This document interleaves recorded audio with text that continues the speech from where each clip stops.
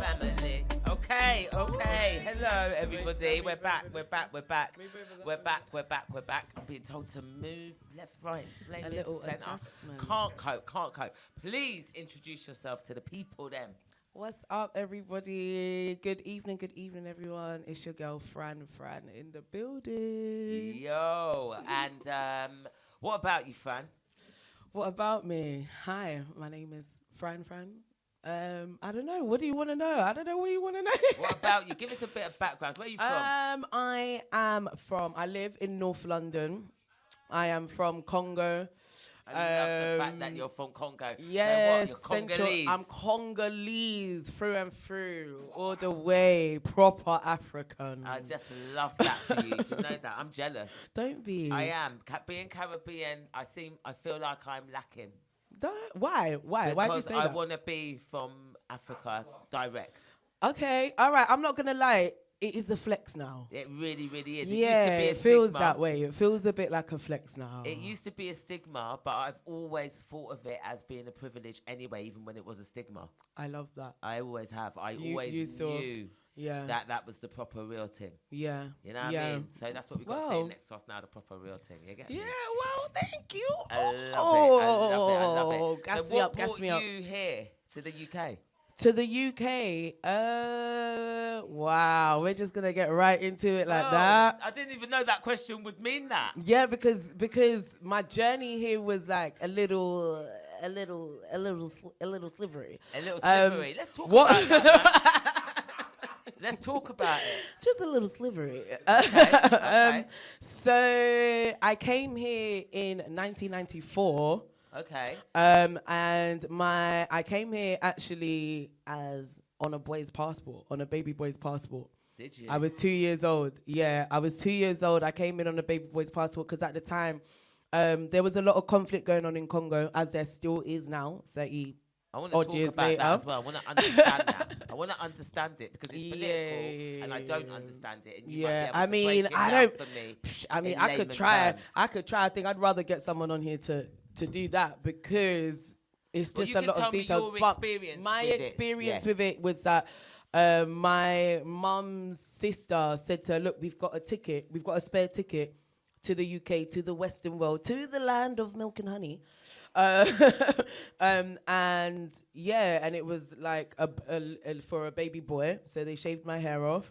And I got on a plane and I came over here. You? I was 2 years old. I'm now 33. Yeah. Okay, so you just born the other day. Just the other day. No, so you're nice and young. So I'm glad you feel that way.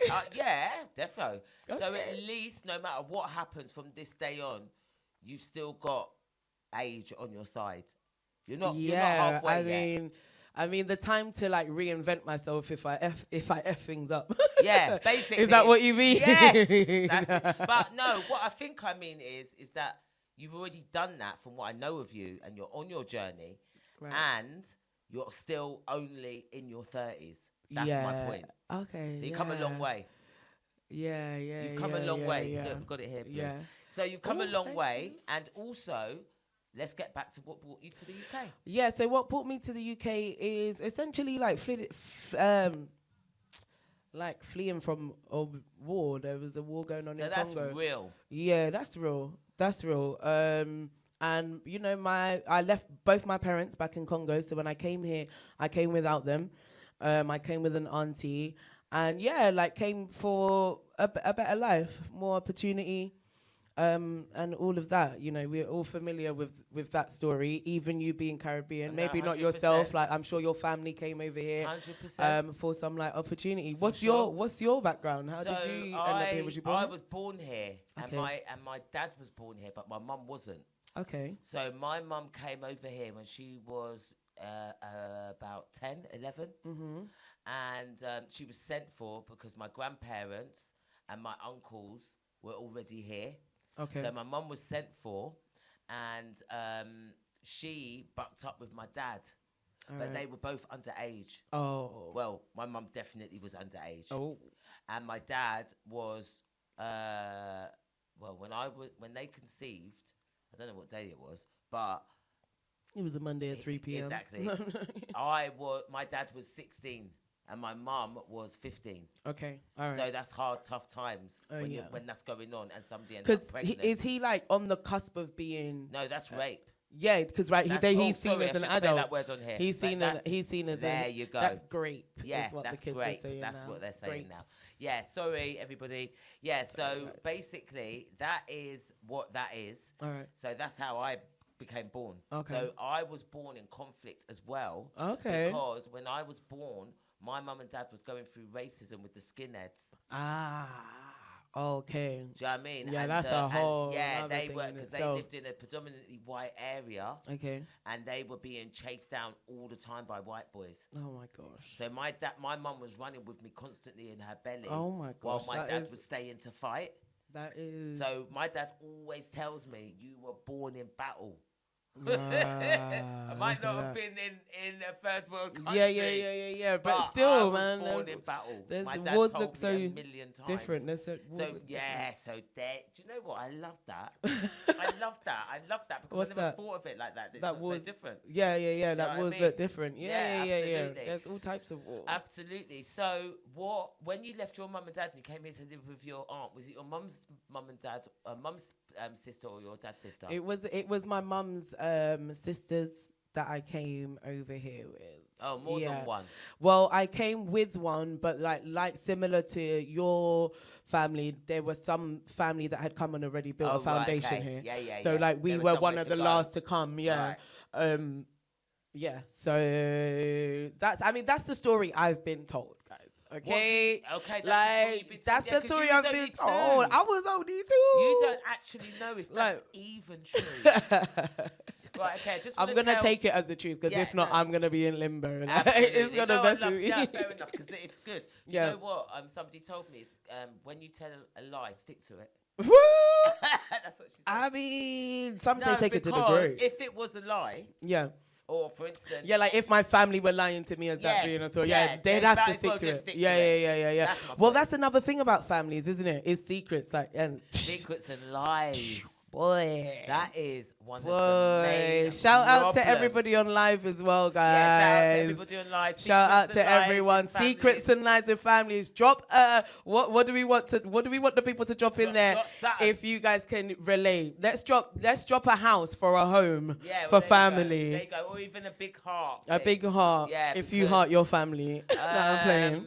Yeah, it's secrets and lies seems to be one of the most popular things in family. I'm talking about before love, before loyalty, right? Before financial stability, before good mental health, before a healthy, happy home. Secrets and lies, I think, from what I know, comes first, because what people do, they lay down the foundation with the secrets and the lies. Right. So that's where you start from. Right, and then once that's built, it's like you're building it on that. But do you ever feel to build it on that there is a time in a family situation where it's okay to tell a lie? No.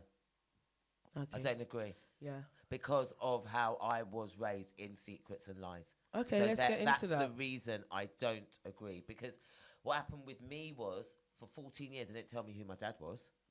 Oh. That's one thing. Okay. And then the second thing is that I always thought that my granddad was my mum's dad. But he isn't. And I didn't find that out until I was about 9. Wow. You know, First of all, thank you for sharing that. No, but that's the truth. That's those heavy. Secrets and lies are embedded from foundation. Somebody decided right. not going to tell her. Right, and they've taken that from you as well. And they've taken it from me, but they've also given it to me, that foundation of insecurity straight away. Do you know what I mean? Because what do you mean? Right. What do you mean? So I thought my gran and granddad were my mum and dad, only to find out that they weren't. I found that out really early. So did you find out who your granddad was to your mother? Yes, like late. Were they about 10? Were they related at all? No, nobody was related. I just found out, and my auntie, my grand sister, took me to see him, or arranged it. It was arranged that I saw this man. And that was your dad? No, that was my granddad. Granddad. Yeah, I met my dad on the road just by coincidence. Oh my goodness. Okay. Well, nothing happens by coincidence. That could have been No, God. well, that sounds like divine intervention to me. Absolutely. Oh yeah, no. Right, I take that back. Yeah. I met my dad on the road because that's what was supposed to happen. Right. Exactly. But I didn't meet my dad like most people meet their dad in Yeah. their arms. Yeah. When they first open their eyes when they're a baby. Right. Like, for instance, I don't know how much I weighed. Okay. I only know that I was born on the Thursday because when you go back to fill in forms, you know, when you fill in forms and you ask for your date of birth, sometimes it tells you the day that date is. Okay. And that's how I know I was born on the Thursday. I don't know what time. Well, I was born on a Wednesday. Well, okay. I know I was born on a Wednesday. So you but know yeah. stuff. Yeah, on my but birth I hear certificate, it says father unknown. It's just secrets and lies. The whole. What do you mean I haven't got a father? What do you mean he's unknown, bro? Like that's tough. Yeah, it's just. So that's why I don't think in a family. In answer to your question, those are the reasons why. Yeah. I don't believe in it. Yeah, I don't believe in it because I don't think it's necessary. Because the thing about it is, especially with family, because it's default, then everything's out already. It's what is there to hide now? Because you can't change your family.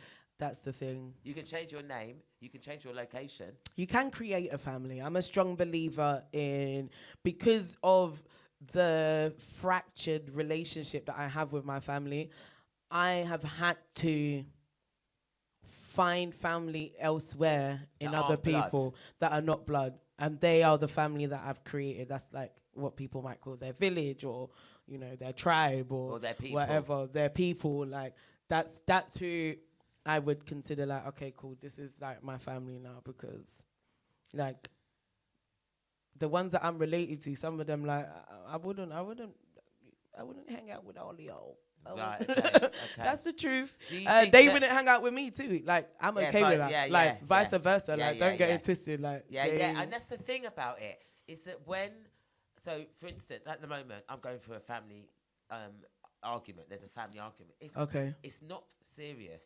Yeah. But my point is that the people that think this and that about me, I've got things that I think about you as well. Yeah. Everyone got opinions. Everyone's got opinions. I choose that I don't want to air them because if I do, you probably won't never talk to me again. Well. So I keep them to myself. No, I'm being serious. No, for real. Them to myself I know. Because it's not. I know you. I don't feel that it's necessary for.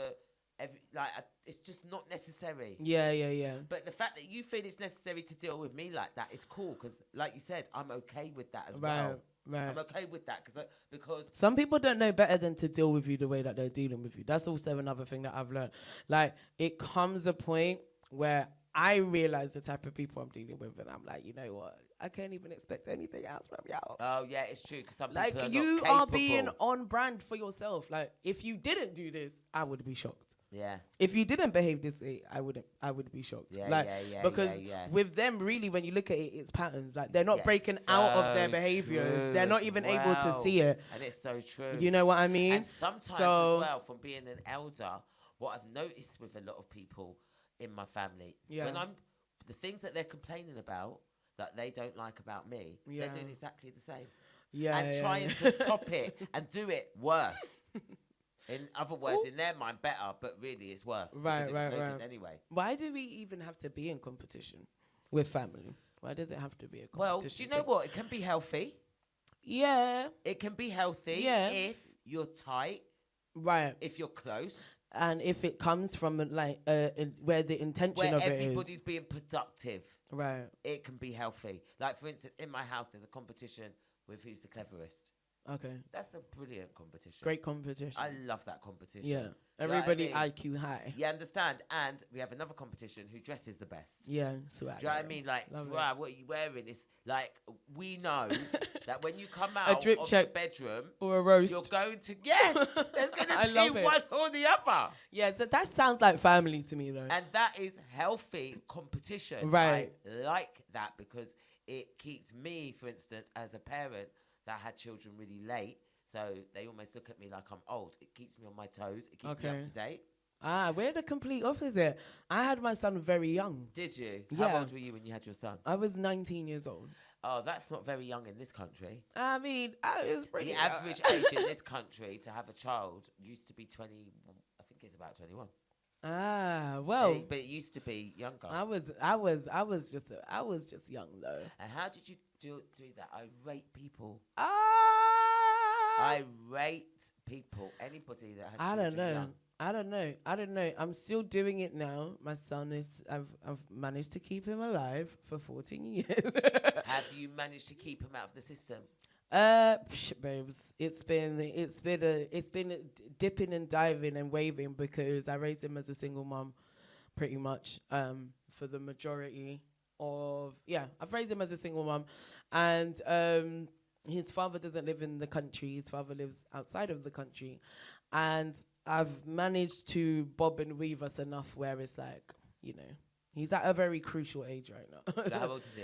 He's 14. Oh my days, that's such an impressionable age. He's That's 14. when I went off the rails. Oh at yeah, 14. I was wild at that age. Oh really? Oh, So are you off the rails. proud of him that he's not off the rails and he's not wild?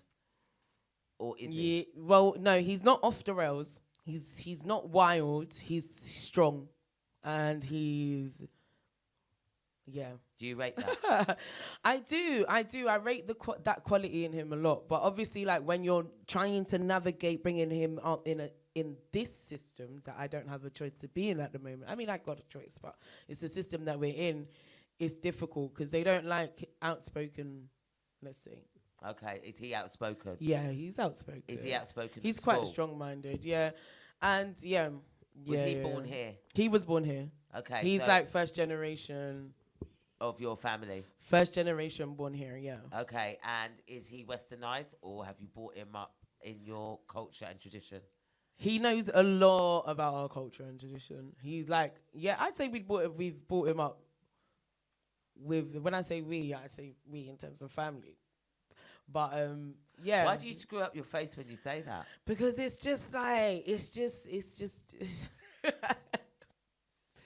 it's just interesting when it comes to my family. Because I love them so much, but they've just done so much stuff that like I battle with it. And the version that my son has of them, I love that for him.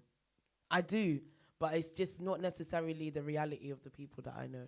Okay. Like so fully. Do you appreciate that he and them will have a different relationship to you and them?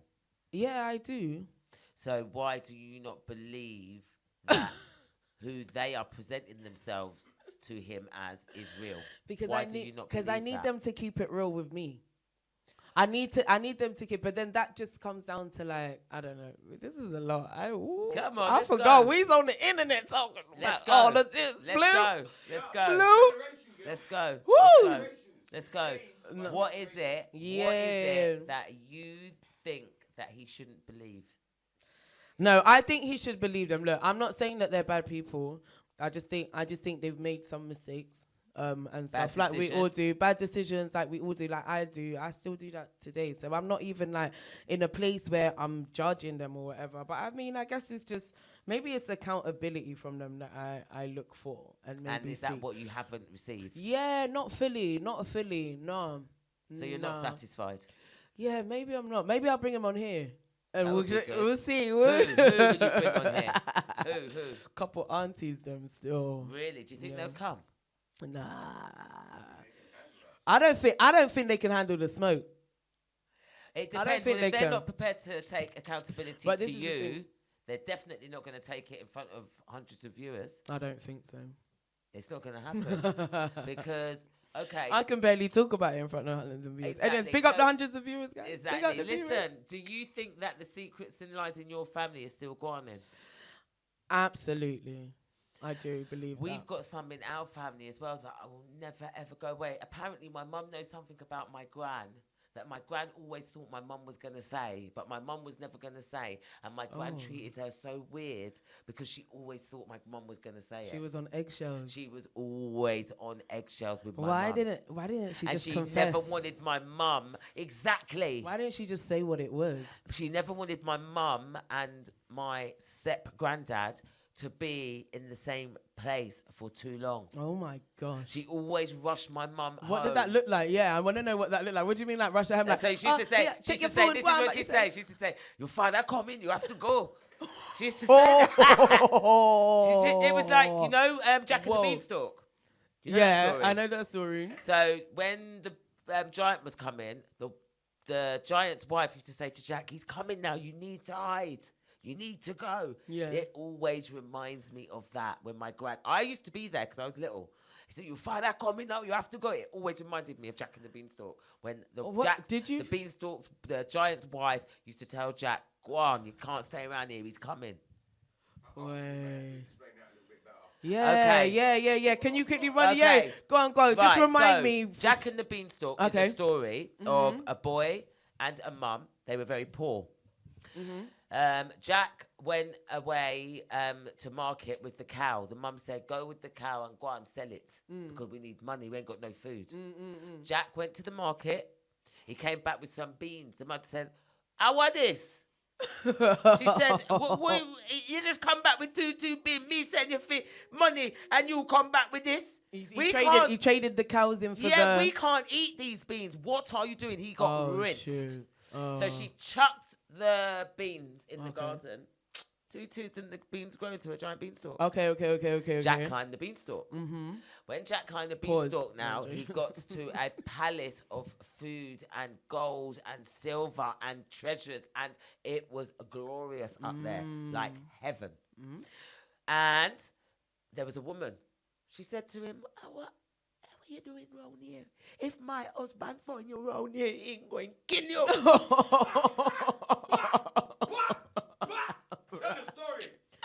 So Jack said, well, boy, I'm not really going nowhere for now, you know, because up here look nice. 2 twos now. 3, 5, 4, fum. I smell the blood of an Englishman because he's a giant. He's got high senses. Them Goliath type brothers Thank you. He can smell Jack. So every time... Because Jack went up there a few times, you know. It wasn't 1 or 2 times that Jack went up there. There you go, because of greed, right? Every time he comes down there... He said he could smell the blood of an Englishman. So. Exactly. Every time Jack comes down, he comes down there with things. His mother's really pleased, send him back up there again. So every time the giant's about to come, the wife would say to Jack, you can't stay around here, you know. You have to leave because my husband come back now. This is so great. You get me? Yeah, I love it. Jack used to hide in all kind of funny places because it's a giant's house. Everything was big, so he must have really loved all them goods, because he just kept going. Like he wanted to risk it all. all. He was suffering from non-accustomed because they never had nothing. Okay. So I'm not sure if it's greedy.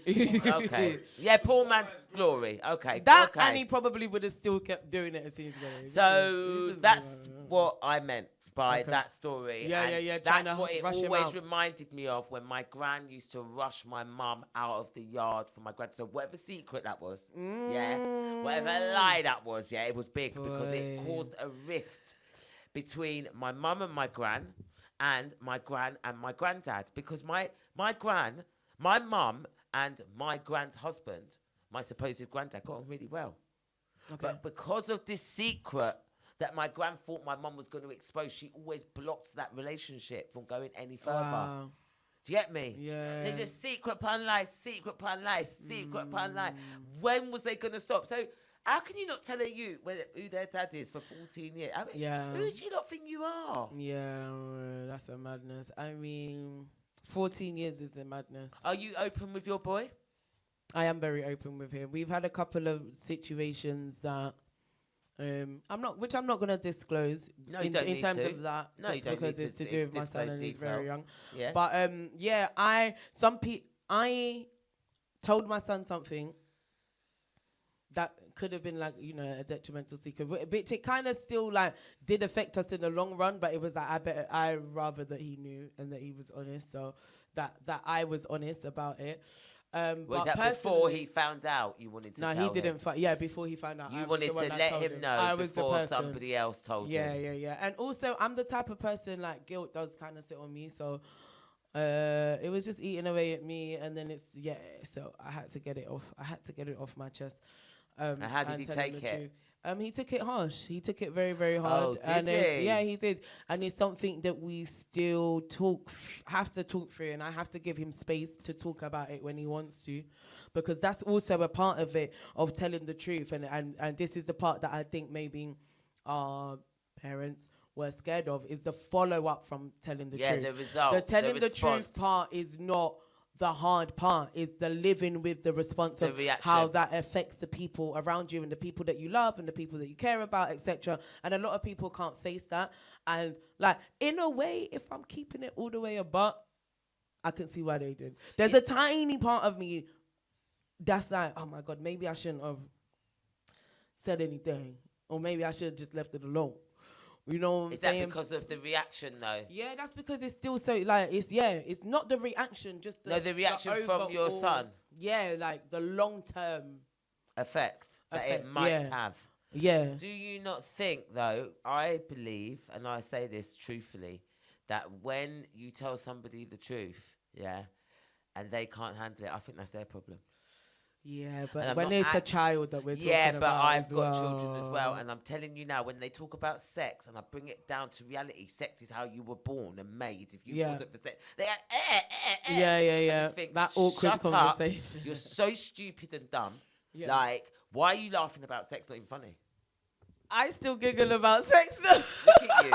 Look at you. Look at you. So silly. It's the truth. I do. I still get a little giggly about it. But, so I hear it. Yeah, so have the conversation, giggle through it. Yeah, the fact is that they feel uncomfortable about talking about that is their problem. Because this, I'm telling you, is a reality. Right, like the conversation needs to be had. The conversation needs to be had, and I praise you as a person for having any form of conversation that's difficult like that, especially with your son. Because I think that you would have thought about that before you had it. Yeah, and found it necessary to have, otherwise you wouldn't have bothered. Yeah. So why do you sit now and think, I wish I didn't say it? Maybe I should. Well, no, just little parts of me, like just in terms of like thought process. So it would have been easier. Yeah. Like you tell yourself, it would have been easier, etc., etc. But I do still think that it was for the greater good, because it's the truth. Good. The truth is the truth. Do you know what I mean? Like. That's what we like. So at the end of the day, that's that. I think being able to deal with the follow up of it is. Right, yeah. So, being able to deal with the follow-up is imperative. So, do you think that once you told him that it is your duty now to be there for him for the follow-up and respond to his reaction in a positive to make him feel not so bad? Yeah. You think that's your duty as a parent? Yeah, absolutely. To be able to provide him with the tools to deal with that. Brilliant, I love that. But it's difficult though. Well. Yeah, but it's like easier said than done. Like it sounds really like, like I'm gonna give him the toolbox to use. Yeah. But then it's like, you can bring a horse to water. But you can't make the horse drink the water. Do you know what I mean? And also understanding that he's still a child. He's still processing stuff in a way that like sometimes isn't even like radical. Yeah. Like it's not, I'm like, rational, sorry. That's okay. But like that's where I'm trying to learn, and I don't even know if I'm doing good at it, but I'm having to learn to be patient, because how I would have dealt with stuff 5 years ago, maybe even 3 months ago. It's completely different to now. Listen, guys, I want to let you guys know to listen to the Hub Live Radio on Twitch, Mixcloud, Kick, Facebook, and a little bit of TikTok, of course. Come on, guys. Go over to the other platforms for a bit more clarity, and I'm telling you, you'll have a much better experience of this show. Hello, all the TikTok listeners. Hi, big up everybody. To everybody that's listening. Big up to everyone on Facebook as well. We got into a deep conversation as usual. Big up to all the Power FM, because here at the Hub Live Radio, we are sponsored by Our Forgotten Neighbours, powered by Power FM 105. Yes. Guys, so don't forget to ever stay tuned in. Just stay tuned in. Just stay locked in. Don't look out. You don't need 24 Locked hours. and loaded, as Charlie B would say. Big up yourself, Charlie B. Okay, so with regard to children and the truth. So I sat my son down and told him a whole heap of backstory about me. And he was just laughing because it was almost like, yeah, Mum, I knew you were going to be like that. Do you know what I mean? I knew you would tell me stuff like this. I'm interested to know what because parts basically, he told him. But I mean, stuff about my past, like my partying days. Okay. My partying days, my recreational use of stuff days. Okay. Do you know what I mean? Like bits and pieces. Yeah. I feel that it would be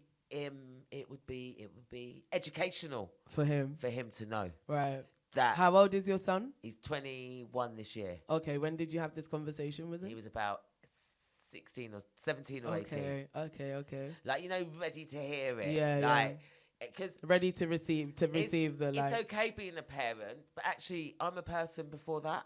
Yeah, like I am a person way before I'm a parent. It's so funny that you say that. It's funny that you say that because there's so like you go on Instagram, on I don't know TikTok, and you've got all these like these mothers, these parents are like, oh my God, I'm so happy to be a parent. Oh my God, like I would not be anything if I wasn't a mother. And like that's the narrative, isn't it? That like nothing is more important than their life as a wife and as a mother, which is amazing. For me, like my sister's like that. My sister's like very maternal. I'm not saying I'm not maternal. I'm not saying I'm not maternal, but I have never forgotten myself. I mean, like, do you think that makes you selfish as a parent? Yes. With that thinking. Yes. I agree. Yeah. I like it. I'm glad. Okay, I'm glad. I like it. I'm embracing it. We are because if so we don't alive. have any selfishness as a parent, you lose yourself in parenting, and then one day your children grow up to be adults, like and they really piss go off. And then also they grow up and they just like don't even like you. That's what I just said. They just go about their business. You don't even know whether they're in the house or not. And even if they move out, you'd be lucky if they visit you. So why wouldn't I, in the meantime of that, get on with my life? So when you do that, I'm got my life. Boy, that's how I look at it, and I think it's really important. So it's really funny that you say that we're very similar, even though we had our children on opposite ends of the spectrum of age. Yeah. But I'm really happy for you that you have that mentality, because I think that if you didn't, you wouldn't be the driving force that you are today. Oh, FIIG'S, thank you. It's not even a thank you thing. It's like you a fact. think I'm a driving force? Of course. Shut your mouth. You're a driving force. Yeah, obviously. It takes one to know one. Ooh, right. I'm not even insulted. Exactly. Why would you be? Listen, are you religious? I am not religious, but I like to think I have like a connection with God.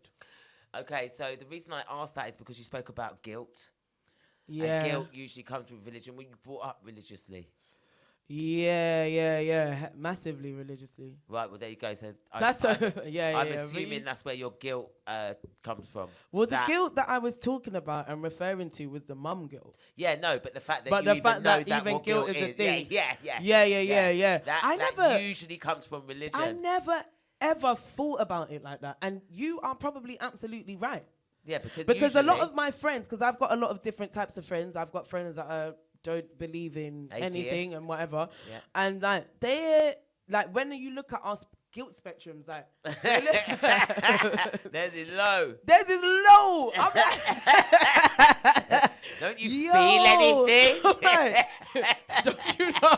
don't you know somebody's No, but for real, FIIG'S, thank you for that. I never ever made the connection of the two. Listen, when you said about guilt, I've got to ask you if you're your background, if it was religious or not. Yeah. And you're telling me it was massively religious. Huge. So what religion is this huge, massive religion? Drum roll, please, everybody. I was brought up a Pentecostal Christian. Wow. I knew it would be a lot. I knew it would be a lot. I know it would be a lot. Okay, so I'm obviously going to ask you, what is that? They follow the Bible. Right. They believe in the Lord Jesus Christ. Let's say they follow the Bible AD. the after part of the Bible? What about the No, before? they follow the all the Bible. They read all of the Bible. Right. They do focus a lot on after Christ and the recoming of Christ. Right. They believe that Jesus died on the cross to, pay for all of our sins. And yeah, there's a lot of praying in tongues. There's a lot of Is that in a different deliverance. Tongues is, let's call it the language of the Spirit. Okay. Oh, okay. Of the Holy Spirit. Okay. Yeah. Do you understand that?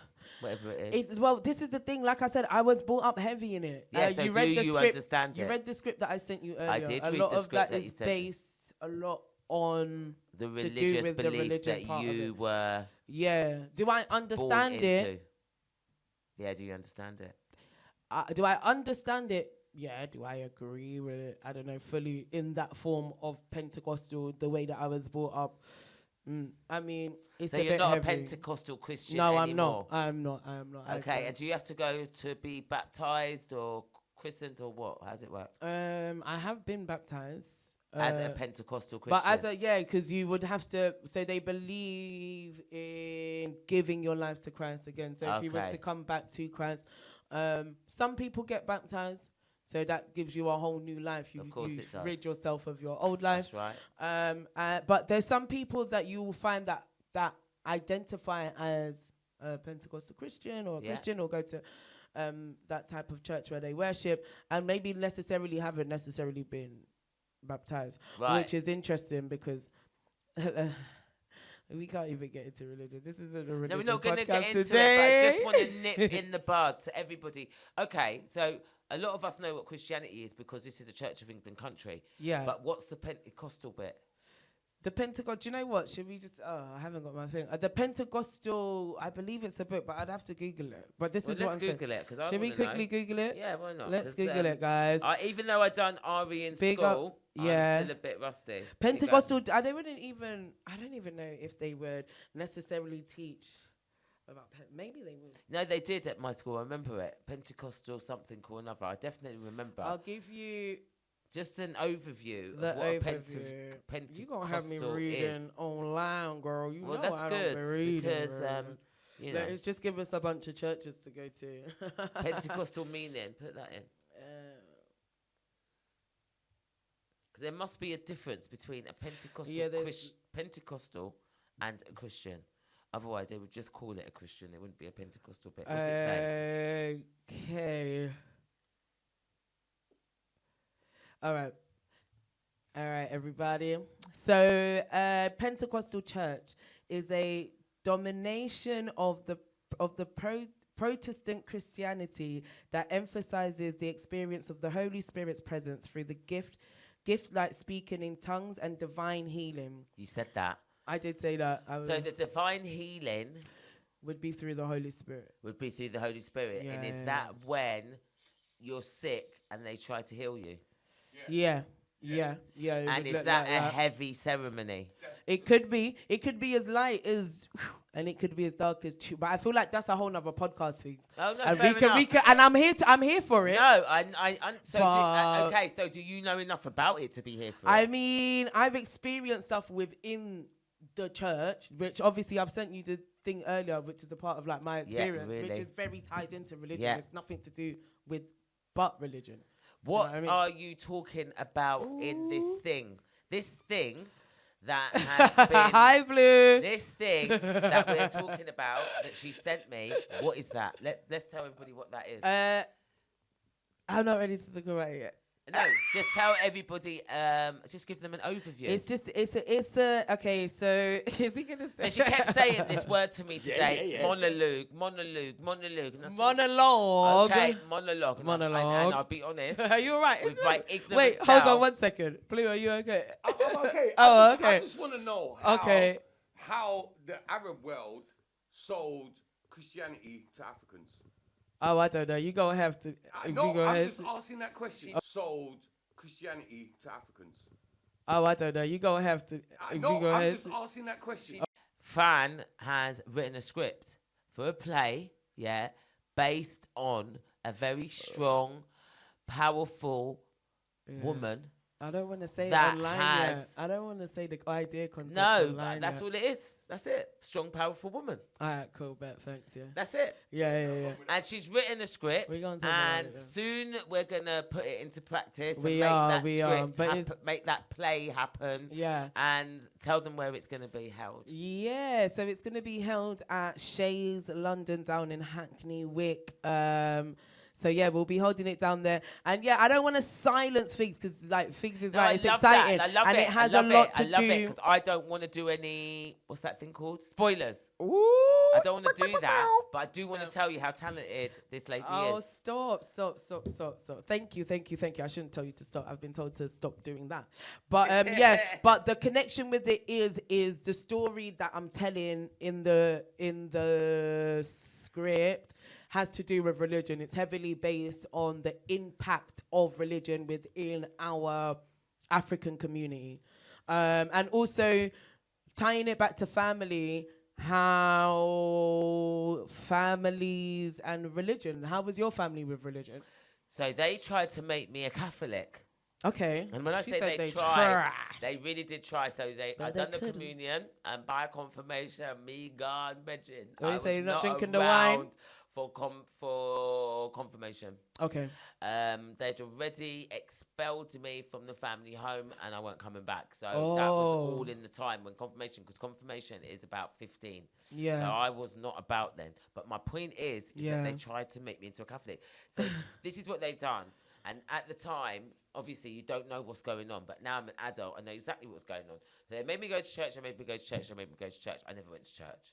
I always walked past the church. And on the way back, I got the newsletter. I always spent the money that they Wait, gave me they for let you walk collection. past? So like you would walk with your family and you would keep walking and they would go in? No family. They Who's sent me they? to church. Oh, they just sent you? Yeah. So me Okay, and so my you friend. didn't have no follow-up? No. They trusted you? Yes. They said, child, leave this house. She's making it sound so Leave bad. this house and find your way to the Lord. And you walk past the church. Yeah, I did. Oh and my I spent the gosh. confession money in places, What in did you- other I establishments, don't spending on even know. sweets Ah! every week. Les bonbons. Yeah. Wow. Every single week. Wow. Every Did single you feel any guilt? week. Not a bit. Not one bit. I As long wanna as I be went you. home with that school, that newsletter, I was good. Good. Newsletter from the church, because that was my evidence that I went there, and that was all I needed. But my point is that they got me baptized when I was 9, because obviously they tried to get me into the Catholic school. Oh, okay. For It's the flex to get you in the God's sake, school. They done all of that, so now I know what they were doing. It was got nothing to do with anything to do with religion, Yeah. because it just didn't. They just wanted me in that school because they heard that school was a good school and it was a bad school. Are you religious now? No, I am spiritual. Spiritual. And I definitely believe in the Almighty. Okay. I believe that my ancestors are up there hitting down whoever needs hitting down here. Lick them down. Yeah, lick them down Slingshot. one time. Yeah, definitely. Because obviously they got a bird's eye view of what's going on. I believe Yes, that. this is true. And yeah, that's what I believe in. Okay. I believe that Jesus was a man. I'm not sure Amen. that he got nailed to a cross. And I mean, obviously, I'm not taking it away from anybody. Yeah, I'm yeah. just telling you what I think. So Yeah. I've come away from religion because what I've realized with religion, it causes problems. Yeah. Divides and conquers. Religion, yeah. And can cause wars and people And to families. hate each other and families to be torn apart Right. and all sorts of. Because what if, as a religious family, you fall in love with somebody that is not of that religion? Yeah. Well, this is the thing. Some people might say that, for example, like you would not like like a Muslim person would marry into like someone that's Islam. Exactly. That's what they would. That's the ideal world, isn't it? Yeah, because then that would avoid the conflict of having to like explain whatever. But I know English families that marry their first cousins to avoid conflict. Oh. Do you know what I mean? Because it apparently Yeah, it's yeah, legal yeah. to marry your first cousin. Yeah, it's a bit weird. Do you think that's a bit weird?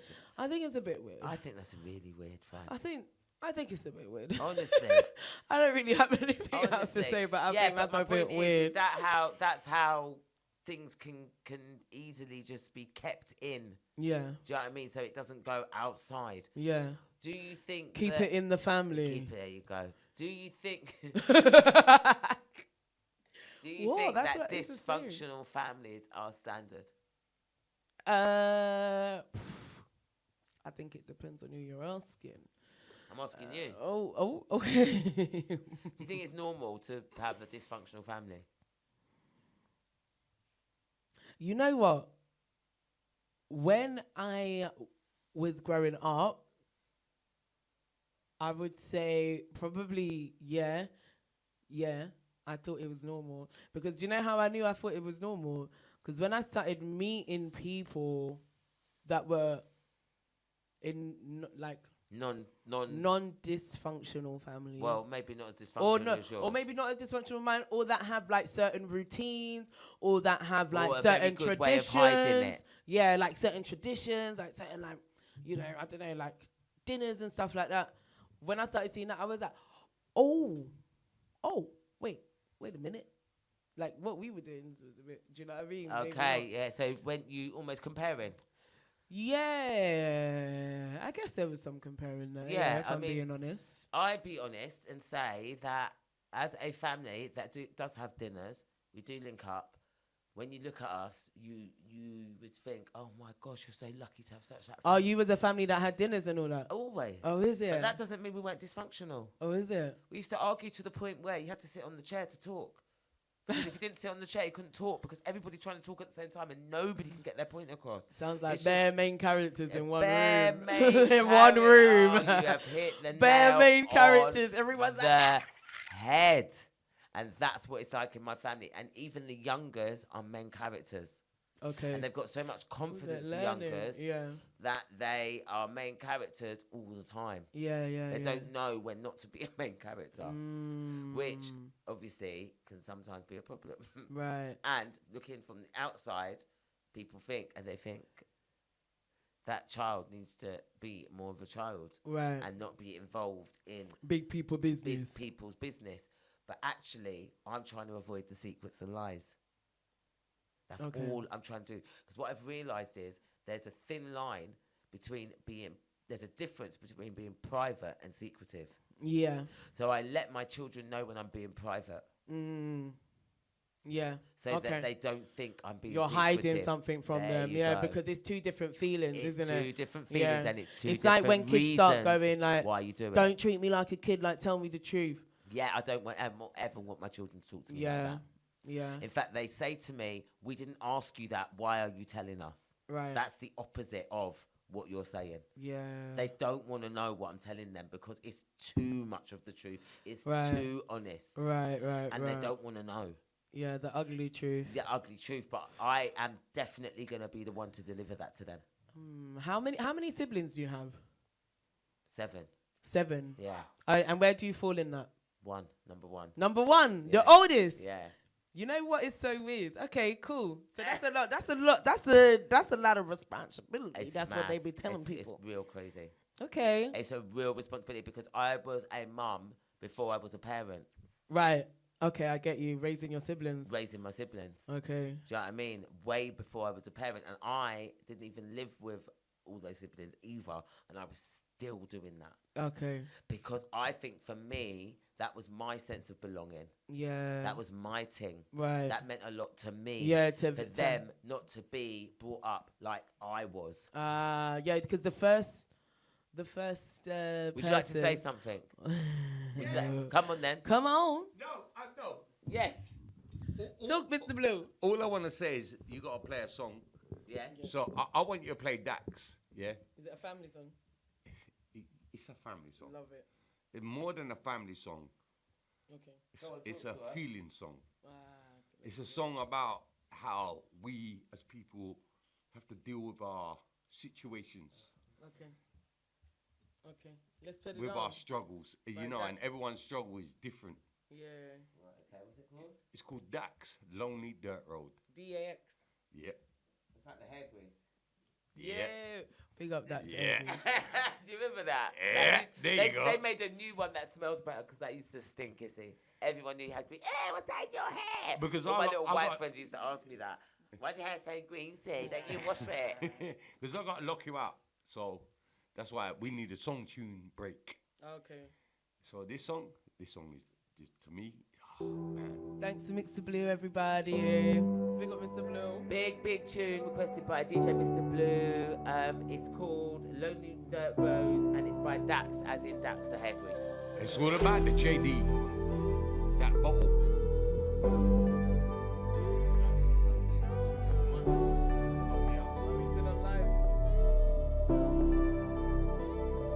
When I need space, that's where I go. A place to escape that nobody knows. Where I feel free to let things go and face this evil that burdens my soul. I bring my hatred, I pack my pain. All the emotions I cannot explain. It's where I found God and filled that hole. It's He, myself, and I on that lonely dirt road. I needed somewhere to take my mistakes. I didn't want my family to see me cry. They'll never know I'm carrying all of this weight, dealing with the pressure of trying to provide. No sign of struggle can show on my face. They ask if I'm okay, I just flash them a smile. Fire up that engine to take me away. I'm speeding through emotions with every mile. On that road is where I find my peace. I remember Daddy told me about some times like these. On that road is where my mind's at ease. I keep driving life away, rejecting change. So when I need space, that's where I go. A place to escape that nobody knows. Where I feel free to let things go and face this evil that burdens my soul. I bring my hatred, I pack my pain. All the emotions I cannot explain. It's where I found God and filled that hole. It's He, myself, and I on that lonely dirt road. I tried my best to plant the seeds and then I watered everything that was in my life. But as a man, the only flowers that you get are when you're 6 feet under on the day you die. I think I feel the pain my father felt, it's finally sinking in. Looking back, all I see is his eyes. He said that house is not a home unless you build it on respect, with some kids and a loving wife. If these walls could talk, I'd bet they'd say it's all my fault. That I don't try hard, that I ain't man enough, that I ain't standing up, that I just burn everything that my hands touch. Whoa. If these walls could talk, I'd bet they'd say I'm to blame, that I'm the one who put myself inside of all of these chains, that my addictive personality's what ran them away, and that I hurt myself by staying quiet and not explain. And now I'm broken in places I can't even see. I know there's gotta be a heaven, cause the hell that's in me is taking a dangerous toll that I'm paying with all of my soul. When I need space, that's where I go. A place to escape that nobody knows. Where I feel free to let things go and face this evil that burdens my soul. I bring my hatred, I pack my pain. All the emotions I cannot explain. It's where I found God and filled that hole. It's He, myself, and I on that lonely dirt road.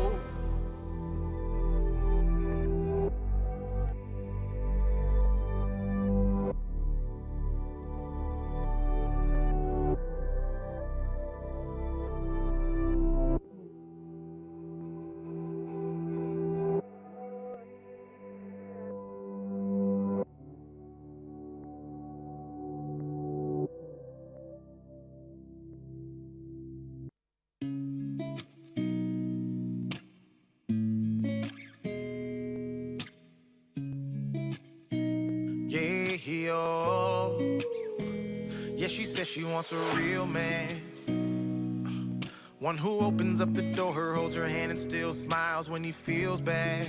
In control of his emotions, wears his heart on his sleeve but don't get mad. One who gives her all his time, puts his dreams to the side and gets a real bag. Yeah, she says she wants a real man, but what she wants is not for real, man.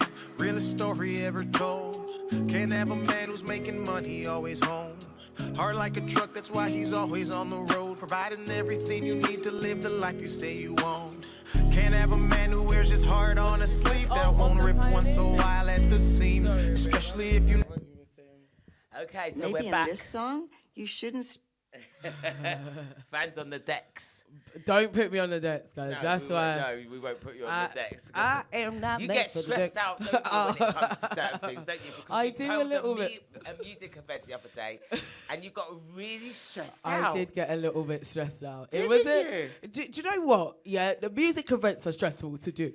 Okay, and you know, because you work with the music people. Music events are stressful to do, and there are a lot of personalities to appease. Yes, and did you find that challenging? Yeah, I mean, when we say challenging, the challenge was dealt with. Do you know what I'm saying? But yeah, it was a little bit like a test of like my character to like keep it cool at times, not blow, not just be like, did you not hear what I said? Are you like that as a person? Is that the kind of person? Is that your natural demeanor? No, do you know what it is? I'm not. I am quite. It can sometimes sound like I'm like that, but it's not. It's because I'm just trying to like get something done. Is maybe. that the Congolese in you that makes you like that, so assertive?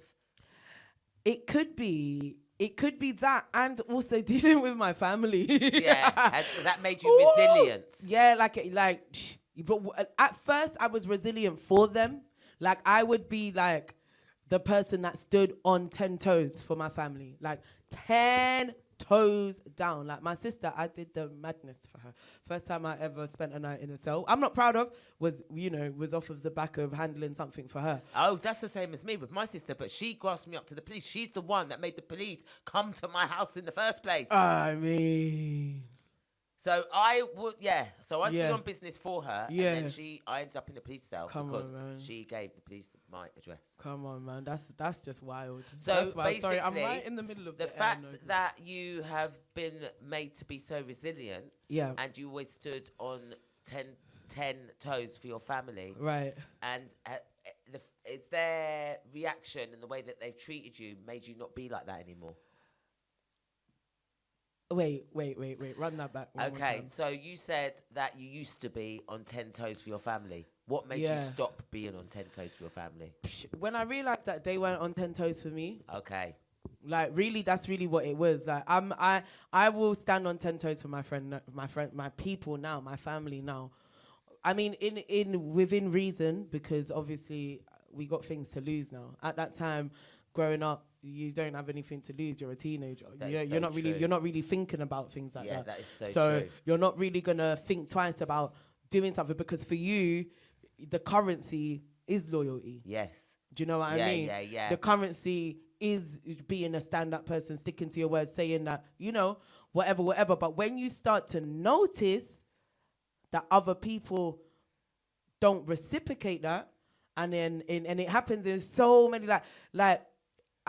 one of my siblings, I've got a few siblings that it's a little bit weird. How many siblings do you have? Okay, so, all right, like I said, I came from Congo, right? Yeah.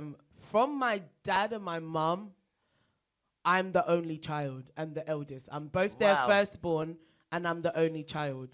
My mother never went on to have any more children, Okay. and my father went on to have 3 boys after me Okay. in Congo. Okay.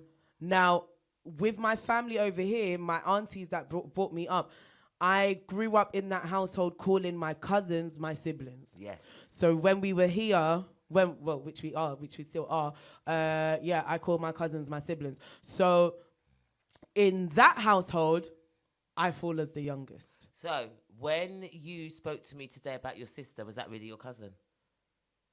Yes. Okay. Well, now I'm getting it. Yes, that's my biological cousin. Yeah.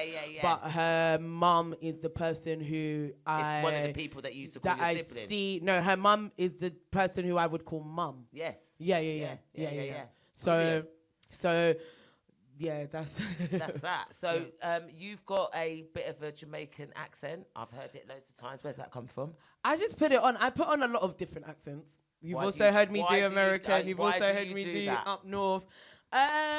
What's that about? I mean, I'm a little. I went to Actress? I'm not an actress. I went to drama school for a while. Yeah, is that because of drama school? I that you do suppose, that? and Or is yeah, it because of the television? a bit of it all, and then also just like meeting people that are like really cool, like watching stuff, and then like I don't know, low-key, maybe I've got like several of those personalities in me. Okay, fair You enough. know, fair maybe. enough. I Okay. haven't been officially diagnosed. Oh, stop it. So, what are your successes to date? What makes you proud of yourself? Because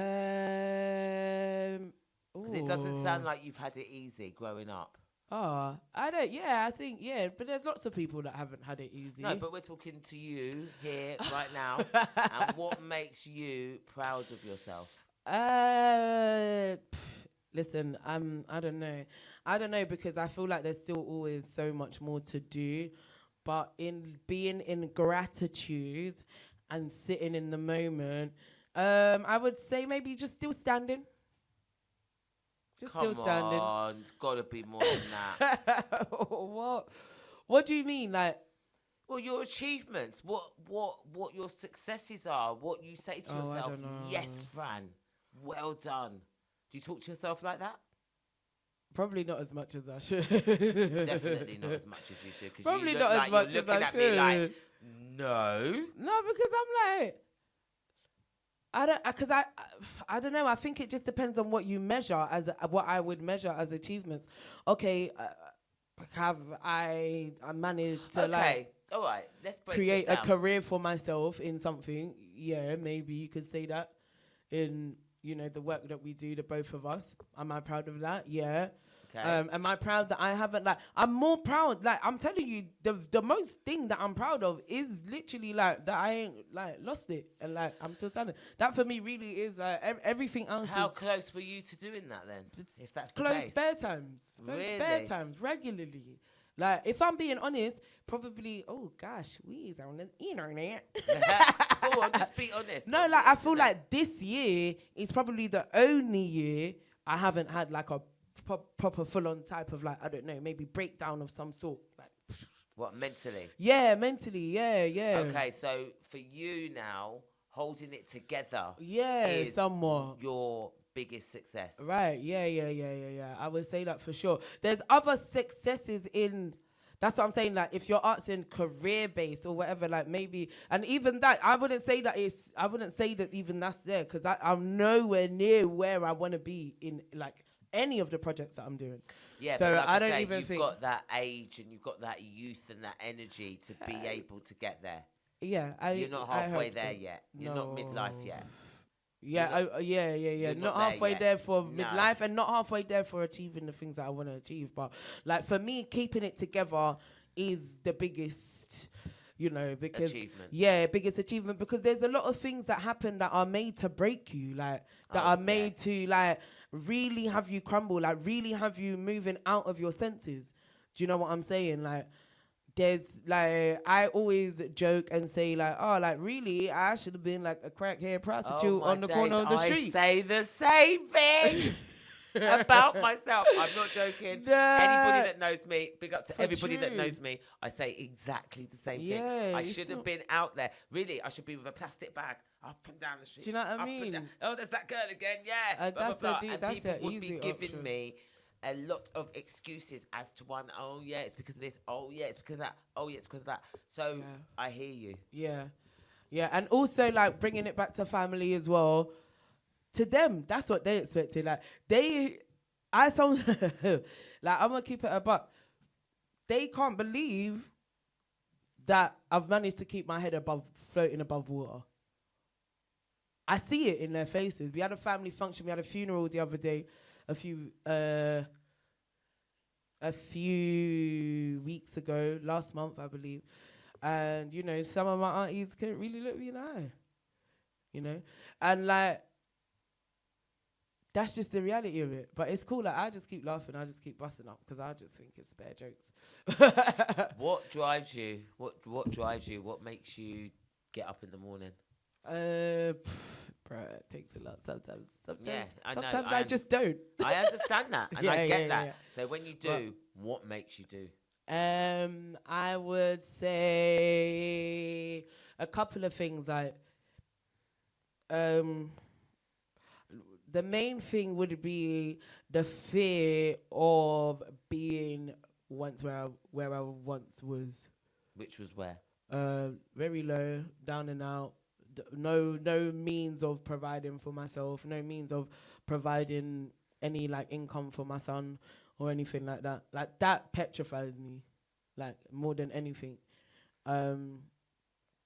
And so yeah, that drives me to be like, alright, cool. You gotta just, you know what I'm saying, keep kind of pushing through, because what's the alternative? My son drives me in many ways because I want him to be proud of me. Like you were saying before about telling your son stories about you, like I've had those kind of open conversations about stuff, and my son's had with his dad. He's had a lot of them conversations, and his dad is like really uncut and raw. Like he just tells him stuff. I'm like, listen, I'm like, bruh, Mike is like, he'll come to me. Just anything. My son will come to me and be like, oh, you know. Like, dad told me this. And I'm like, why are you telling that boy that? You don't need to know that. Because me and his dad met, it was a whole nother lifetime. We were bad. How bad were you? We were bad. How bad? we were just, and like, we were just trauma bonding teenagers. Really? Do you get on with his dad? Today we do. No, we do. Like, I'm not going to lie if I'm being honest. Because I don't know, he might see this one day. We didn't speak for a long while because and I was like, you know what, I need to take a moment from this like way of communication because it's not really working. And we weren't really being on the same page, and he was coming in at an angle that wasn't helpful for me to deal, because I'm dealing with our son here right now in the flesh. I'm dealing with like real lifetime. Real life in real life. Yeah, like that's right. Timing. In real time. And he could be upset about something that happened like 20 years ago, and he's like, you know, he starts a conversation with, it's your mum's fault. And I'm like, wait, you don't even know. I'm just trying to make sure that me and him are still good. So you coming into a conversation with, it's your mum's fault, without even knowing the context of it, like, I'm not dealing with the fallout of that. Yeah. So it was like tough for a bit, but I had a moment where I had to swallow my pride. I had to be like, you know what, eat a little humble pie. And like, I called him like maybe last week. I picked up the phone and called him. We ain't spoken in maybe like 8 months. Okay, 8 months isn't bad. Yeah, but I called him and I was like, look, I'm sorry, I should have done better with the way I communicated. I was upset at the way you came, blah, blah, blah, blah, blah. That then gave space for him to meet me with an apology. And then, like, we both want the same thing. So our common goal is always the best for our son. So I love that. We were, I mean, it's nice to hear that, because at least you're not It's not easy. No, it's not easy, but at least you're not at each other's throats trying to get one up on each other. And you are actually looking out for the best interest of the child. I like that. Because sometimes it doesn't have to be the same method, but the goal. Right. The goal is the same. Yeah, the goal. Really important. Yeah. Really important. So I love that for you too. Are you thinking of having any more children?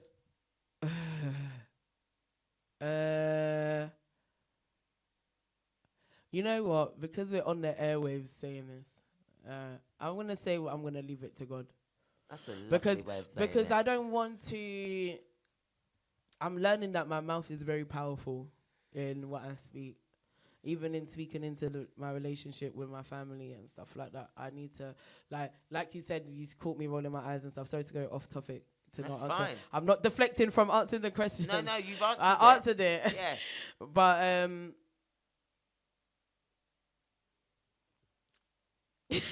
sorry, I just had a brain fart. Oh. Having fog. kids. Yeah, so you said that you're going to leave it to God. I'm going to leave it to God. Yeah. That's a really nice answer. I like that. Do you want more children? I want more grandchildren. Grandchildren? Yeah, that's my next step. You're ready for grandbabies? Well, I'm not going to have any more children myself. So, yeah, I'm definitely ready for grandbabies at some stage, yeah. Okay. There are many women that are my age group and maybe older than, just a bit younger than me, that have grandchildren already. Yeah. They have grandchildren. Have my you got children's grandbaby age. envy? No. Yeah. You like looking at the other No, grandmoms? I'm not going, so much envy, one but day I'm gonna have my own. yeah, bird." that's it. One day I know it's on its way to me. Yeah. Because my time for having children is done. You know, my last child is called Finale, right? Yeah. Finale. Says it all. Says it all in the name. What a beautiful name, though. No, it is a lovely, lovely name. I do love it. So, Fran, with all said and done, do you think that you and your family will ever get back to a place where you feel like, yeah, this is what I wanted? I don't know. I don't know if we will. I mean, like, we can Would you pretend like that? I mean, yeah. I mean, I don't know. I don't know if I'll be honest, because I don't really know if I like F with them as people. Right. Like that, respectfully. Okay. I Yeah, can yeah, love yeah. them. Yeah, I can yeah. love them, and they've taught me a lot. And like, I'll take all the good with all the bad. Like, there's been so many good times. So many, like, honestly, like, they've loved me. I came here. I don't have any parents here. Do you understand what I'm saying? Yeah. And like, you know, raising my son was difficult, and they've literally helped like 75% of that, if not more. So you know, but I don't know if it would be where I would want it to be, but. I don't think so. I don't think it will. Knowing them as people, as individuals, and knowing that I'm not even pushing for anything. Yeah, because so, in order to like have that, I know that it would take for me to put a lot of effort. Okay, and you're not willing to do that? Not right now. I hear you. I'm good.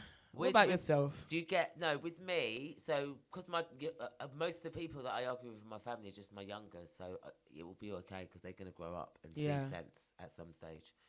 But do you get on with your brothers? I love my brothers. So how many brothers? You said you have 3. So the 3 in Congo, I don't know them very well. Okay. Also my dad in Congo is now dead. Oh wait, the brothers that you're calling brothers are really your cousins. Yeah, they're really my cousins. Oh, Yeah. look at that. Yeah. She knows now. Oh, that is so interesting. The reason it's interesting, obviously, because you know I've met your brother. Yeah. You have, yeah. Yeah. You love have, that, you love have, that. you have. You've met both my brothers, I've met them, actually. I have. Yeah. I have. They're So pretty stand-up guys. in your extended family life, how many brothers do you have in the extended family? So as your cousins, so for instance, just the 2? Oh, just the 2, yeah. There's And what 2 about brothers, there are sisters? 2 sisters there. Okay, 2 brothers, Yeah. 2 sisters. Okay. Yeah. Can I get some water? Yes, of course. We have Ooh. some. We have some upstairs. I If need you to- want to go upstairs and get some, I will do. Is that all right? Of course it is. Yes, you do a Guys, shout out. yeah, no problem. But yeah, big up my brothers though, guys, man. They are some stand-up guys. Big them Yeah, up for no, real, and I've for met real. them both, so I can verify that they are proper cool. And it's interesting to know that they are really Fran's cousins. It's just interesting, isn't it? It's good to talk, because if you don't talk, then you don't know. I would never have known that. It's never been discussed before. It's never been raised before. There's never been a reason to raise or discuss it before. So it's really interesting to talk. Fran and I have decided that we'd love to do a chat show in the afternoons on the Hub Live Radio. Not sure what day of the week that will be yet, but definitely look out for it, because as you can tell, the chemistry is there, and it will be very, very interesting for us to work together. There is here on the side. Yeah. So it'll be really interesting for us to work together and do a little daytime chat show.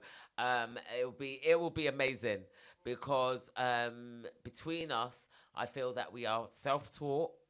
We are self-taught to the standard of any form of university. You definitely think that Fran went to university. And people are always asking me if I went. I did go to university, but I didn't complete the course, because while I was going, my dad was dying, and then he died, and then I just couldn't complete the course because I just couldn't cope.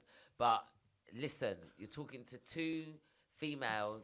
Hi, everybody. We are decades apart, and you just never know, would you? Yeah. No, you just never know. Honestly, for Nah, me, I love FIIG'S for real. no, for honestly, real. the Like, maturity of you. big up Mr. Mac for introducing us. Oh, I'm that's not what gonna said lie. that I already. heard you say that. I wanted to know, come on and say that seriously. too. Big yourself Yeah, up, yeah, Mr. yeah, Mac. yeah, I know yeah. that at one stage you're going to watch this. Your name is probably being mentioned. I will tag you on whatever platform I need to tag you on. Yeah, no, I'm tagging him. He needs to understand what he's done here because he's put two people together, and we've got big plans, haven't we? We do.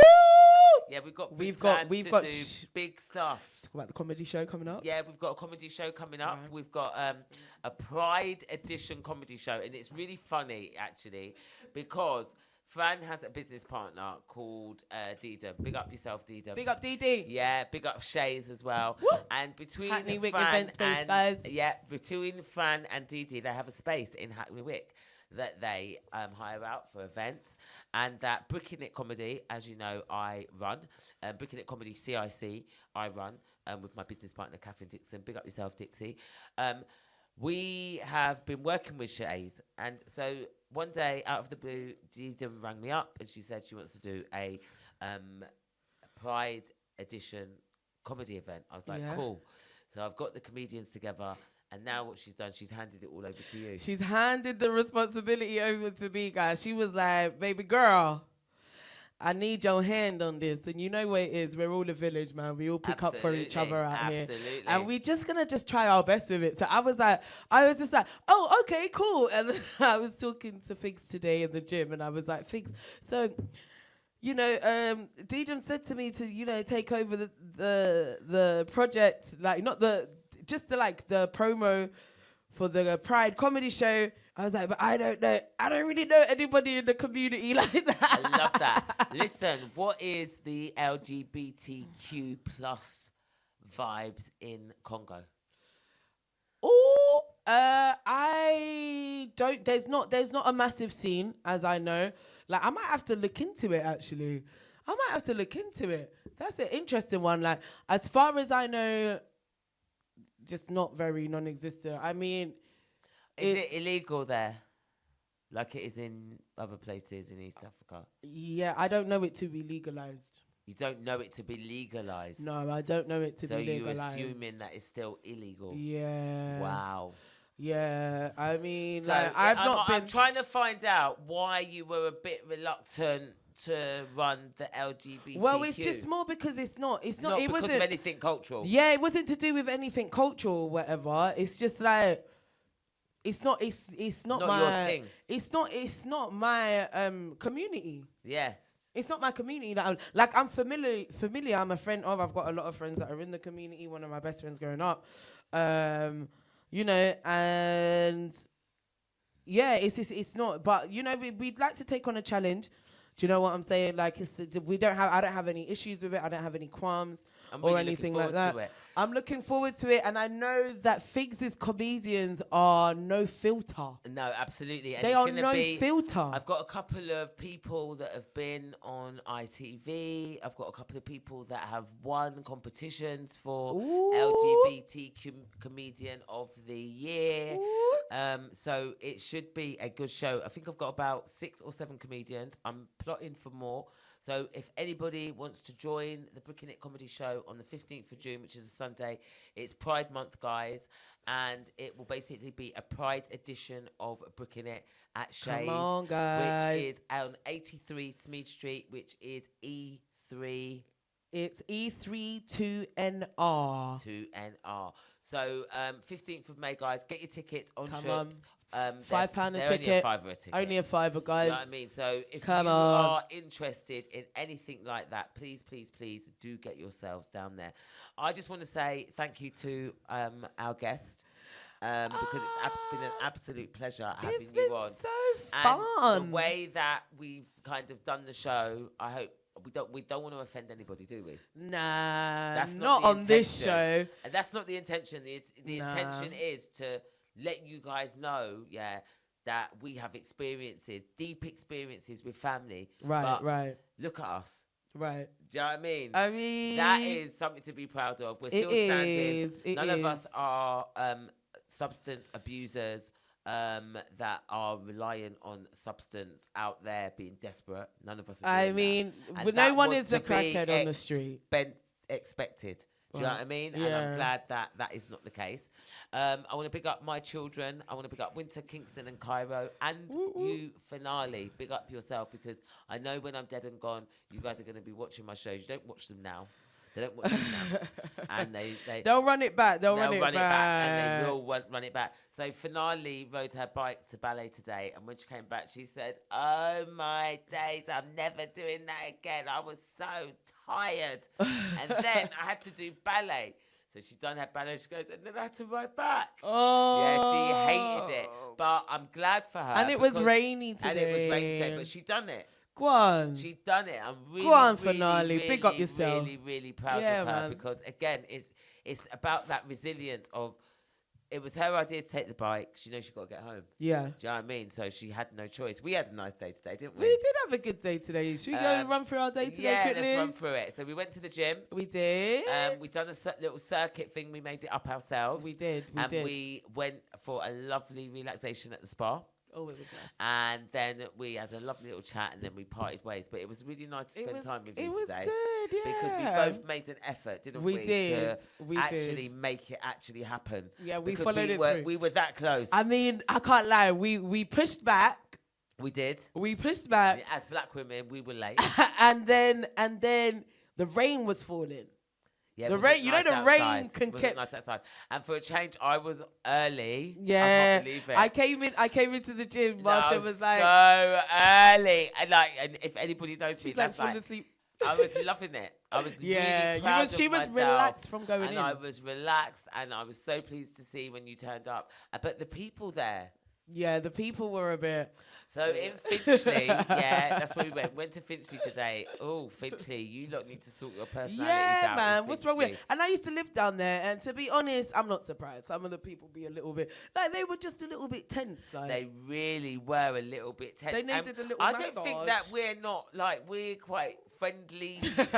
Yeah. You want to say we're cool? That's what you No, wanted I to wanna say. something like we're approachable, isn't it? Like why Yeah. were people being like that with us? I felt it was I like think an us they were. thing as well. I think it was a rain thing as well. It's You think it was people like in London on a rainy Yeah, day. oh my god. We didn't put that into consideration. No, we didn't put that Because it nearly got us. It did, and there were a few people that were actually quite nice, actually. Yeah, they So were. we can't run down all the people in Finchley, but Finchley, the people that need to sort out your personalities, even when it's raining, sort it out. Yeah, guys. I mean, just like I don't know, take it easy. Take it Honestly, easy, take it guys. easy. You know what I'm saying? Big up all the Hub Live Radio DJs, guys, because you all do such a great job in keeping the listeners entertained. Don't forget, guys, we are the Hub Live Radio, sponsored by Our Forgotten Neighbours, powered by Power 105 FM.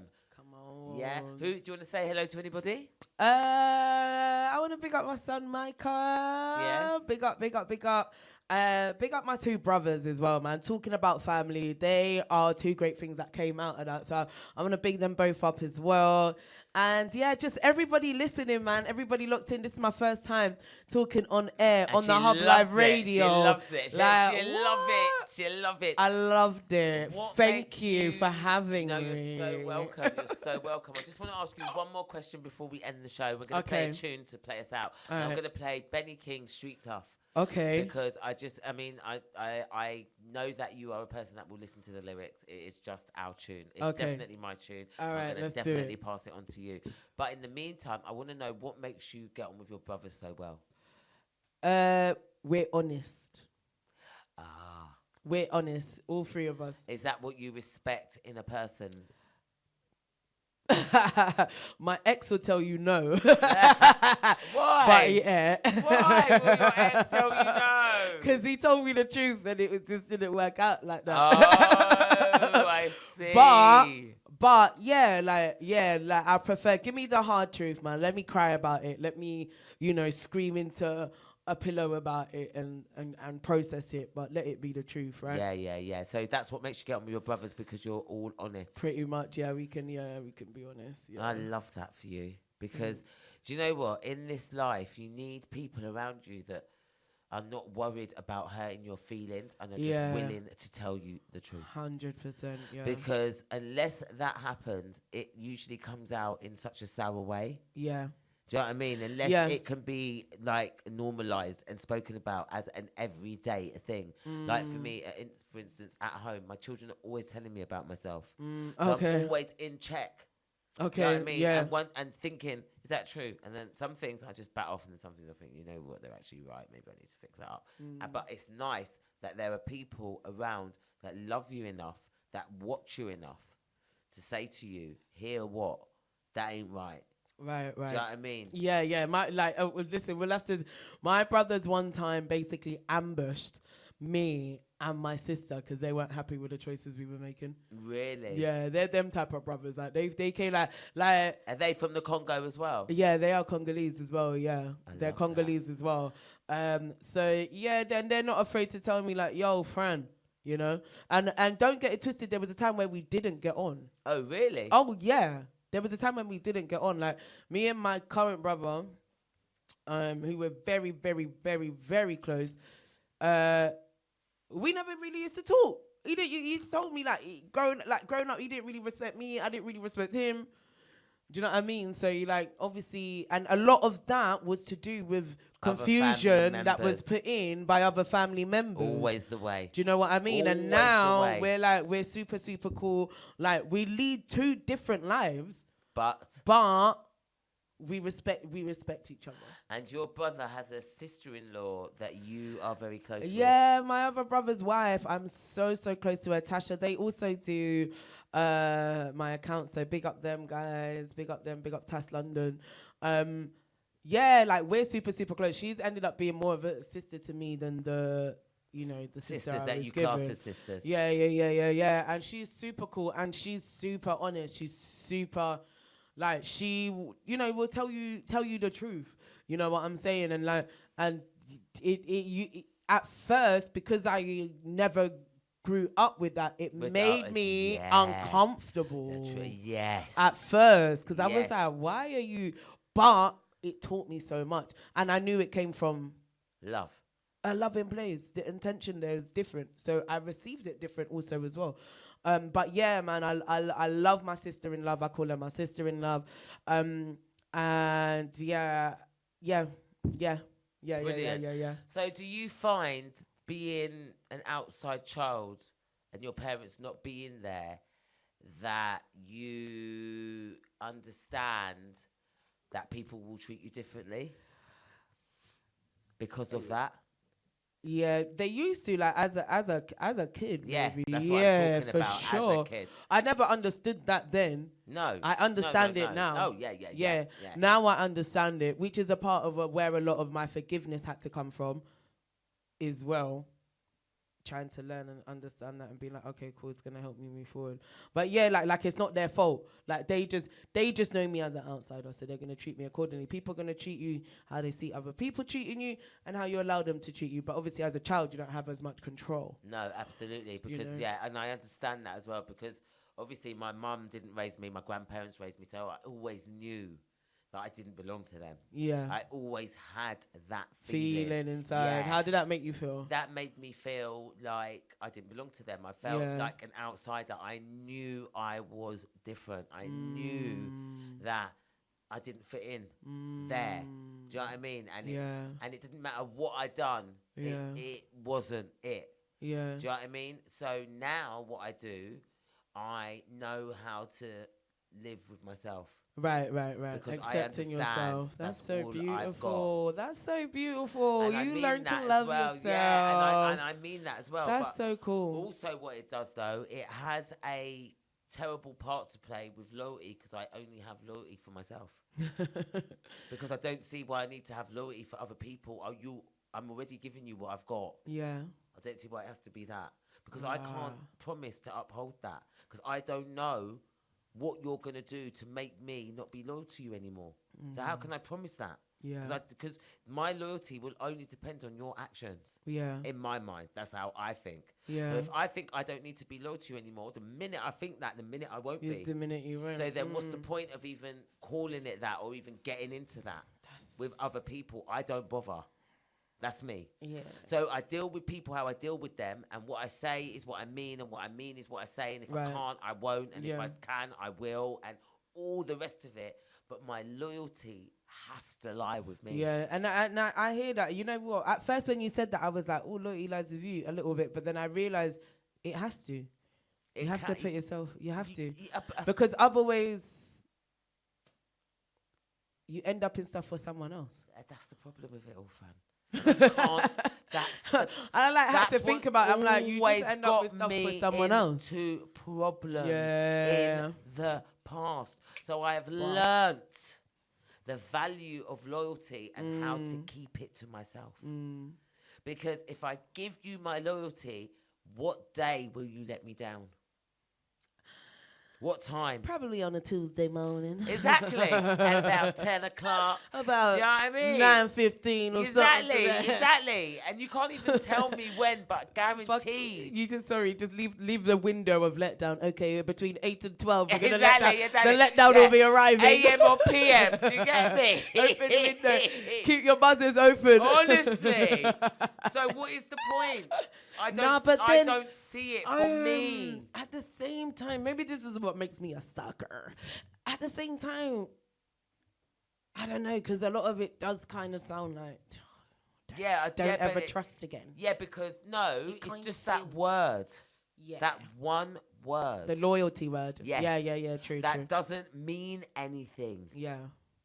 When I really check it, from my point of view, it doesn't mean anything because it's momentarial. Right. People will choose to be loyal when they are ready. And when they are not ready, every man for himself. But they won't let you know beforehand. They'll just do it and you'll just be thinking, but I thought you was going to be loyal to me. Well, you're a dickhead, aren't you? I mean, well, that's why in wars, they have alliances. Yes. Because but the alliances are loyal due to what you provide for that alliance. And you better believe that because honestly, because if the other side starts offering that alliance more. When you say I don't know, man. I don't know. You say that, but that's why they're spies. I know that when it comes to that, but when I'm talking about myself, for the most part, I maybe it's my detriment. I stand on the loyalty part. And I stand on it. I stand on it even for those that. Yeah, like there's something about like it's just the word. The word is too heavy. I know, but then it makes it also like you leave it open, like you can you have a number. Do you have a number, FIIG'S? No, but let's get into it right now. Yeah, FIIG'S, okay, we're gonna get into what is your number? This is what I have. I have my word, and that's all I have. Ooh, that's it. So if I say to you, I'm not gonna do it doesn't mean I'm being disloyal. Just because I can't do it. I've already told you I can't do it. I might even give you some reasons why I don't have to. But I might. And that's it. Yeah, okay, so there's two ways. Everything. Just because people think you're loyal to them, don't mean I have to do everything for you. No, that's true. Now we're getting into Yeah. This is what I'm saying is we don't even have enough time to continue. No, but the time's gone so fast. I know it does. We're just going to conclude the loyalty part. Okay. Because I think it's important for people to understand to be true to yourself. Yeah. Always. Right, 100%. And if you can afford to be true for somebody else in the moment, then fine. Yeah. But you can't promise for 10 years, 2 years, 30 years, unless somebody's putting a ring on your finger and making some form of lawful agreement. Yeah. I'm trying to think of my children. If they'd done something really bad, would I tell the authorities that they'd done it? Probably. Would you? Probably. You would? Probably. Because really bad. I don't know because what purpose would it be serving if I didn't? I don't know. That's why I'm trying to always ask myself, what message am I putting across? I think it's really going to have to be circumstantial with that. Yeah, I agree. I don't know. I think it's going to have to it involves danger to others, this and that. Blah, yeah. Especially women. Like if blah blah blah. I can't abide by saying. That's where loyalty gets tied in with morals. There you go. And I think that's really important to understand that as a human. Yeah. No matter what you've been through. Yeah. Do you know what I mean? From the time you can look at yourself and know to yourself, at least you've made a promise to yourself that you can at least keep. Yeah. That's really important. But people be breaking promises to themselves and then telling me you want to be loyal to me, bruv. You can't even be loyal to yourself. That ain't gonna work. Do you understand? So starting on the foot where you're loyal to yourself, there's a slight chance you could end up being loyal to me, or I could end up being loyal to you. There's a slight chance with that. Do you know what I mean? We've got a bit of a foundation, but I hear you standing on loyalty. Yeah. And I respect that. Thank you. I do respect that. But yeah, we're done. Oh, We are more or less done. we're done. I'm wondering if you want to play a tune to do with I have a tune. Okay. You're going to play your tune. Oh, where's the I have a Facebook tune. Live? Where is it? Talk to the people. Where Say are they? something. Guys, thank you so much. I want to say thanks to FIIG'S. Thank you, FIIG'S. You're welcome. No, thank you to the Hub Live Radio for having me. Thank you to Our Forgotten Neighbours. Guys, make sure you show some support. Yeah, man. I like it here. This is nice over here. Do you like it here? I like it here I with love you. that with family. I like it here. Aww. No, I've had a great time. And thank you for like holding space for us to Yes. talk about this and trusting me to talk about, and all of these guys, all It's of our really, friends over really there, important. to talk about all this stuff. I think that's the start of what we're doing different, is talking about things that our parents didn't even speak about. Exactly, because it So, is there we are. changing the cycle of the secrets and lies. That's it. The Guys, thank you for generational tuning in curses. to the Hub Live Radio here on Thursday. It's a bedtime show with me, FIIG'S, on the FIIG'S Live podcast. Big up all the Hub Live Radio DJs. Big up management. Big up all you listeners, because without you, I am nothing. I say the same thing all the time. I said I was going to play Street Tough, and I'm still going to play. I was going to play another tune, We Are Family, but I'll play Street Tough because that's what I said I was going to do. What we saying? We vibing out. We vibing out. Yeah, you'll like this tune. And guys, follow us on Instagram, shaes.london, for your artistic creative events, guys. Shaes.london, SHAES.LONDON. Thank you, guys. I've been Fran. Thank you, FIIG'S. You're welcome. Street tough. Living on the city street tough. Living on the city street tough. Living on the city street tough. When you're street tough, you can't let the ups and downs of life turn you around. You got to keep on moving on.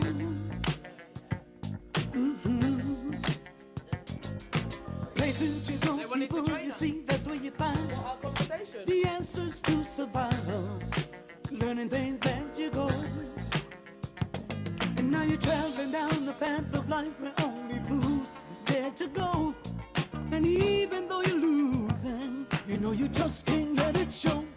When you're street tough, you got to learn to be strong. When you're street tough, you got to take care of your own. Street tough, win or lose, live or die. Street tough, when you're street tough. And through the years you hold your tears, you hide your fears.